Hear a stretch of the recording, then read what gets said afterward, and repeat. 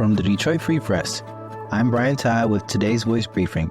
It's Monday, November 11, 2024. I'm Andrew Burkle with the Free Press Sports Department. And on Sunday, the Lions wrapped up the football weekend by pulling off one of the crazier comebacks you will ever see.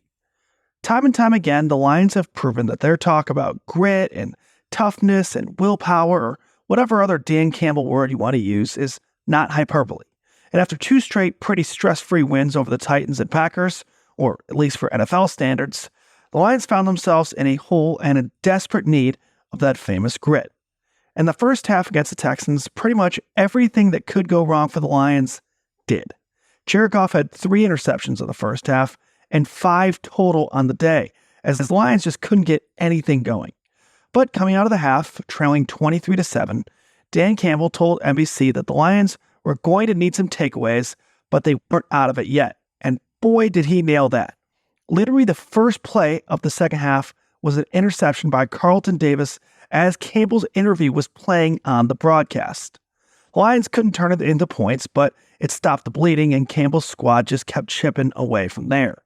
First, it was David Montgomery punching it in after a big catch from Sam Laporta to make it 23-13 after a missed 2-point conversion.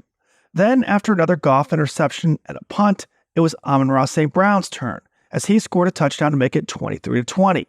As the Lions defense made big play after big play, it was kicker Jake Bates who saved the day with a 58-yard field goal to tie the game and a 52-yard walk-off winner as time expired. This was a full team effort. Almost everyone did something good and probably something that they'd like to change or take back. And yet, 5 interceptions in all, the Lions pulled out the win. At this point, how can you not believe in this team?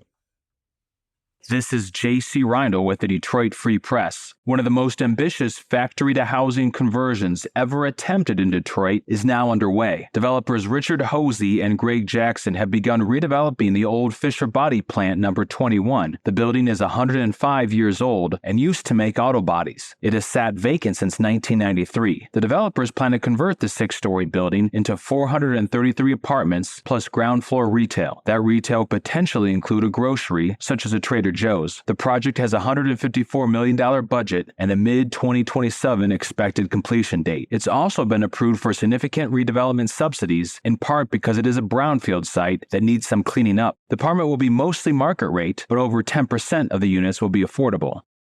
This is Nishrat Rahman with the Detroit Free Press. Former property owners in Michigan whose homes were foreclosed and sold at auction may be able to claim any profit counties made from those sales beyond the tax debt owed. Former owners can make claims by filling out interest forms depending on when sales took place. The deadline to make a claim for leftover money from tax foreclosures before December 22, 2020 is March 31, 2025. Tax foreclosure is essentially the process by which homeowners lose their property because they didn't pay their property taxes for 3 years. The properties are then put up for sale at 2 public auctions in the fall. Earlier this year, the Michigan Supreme Court clarified a previous ruling to say that owners can make a claim on leftover proceeds from tax foreclosure sales retroactively, so before 2020. It's an opinion that could hit county coffers and potentially affect tens of thousands of former property owners. For more information, go to freep.com. Find more from the Detroit Free Press on freep.com.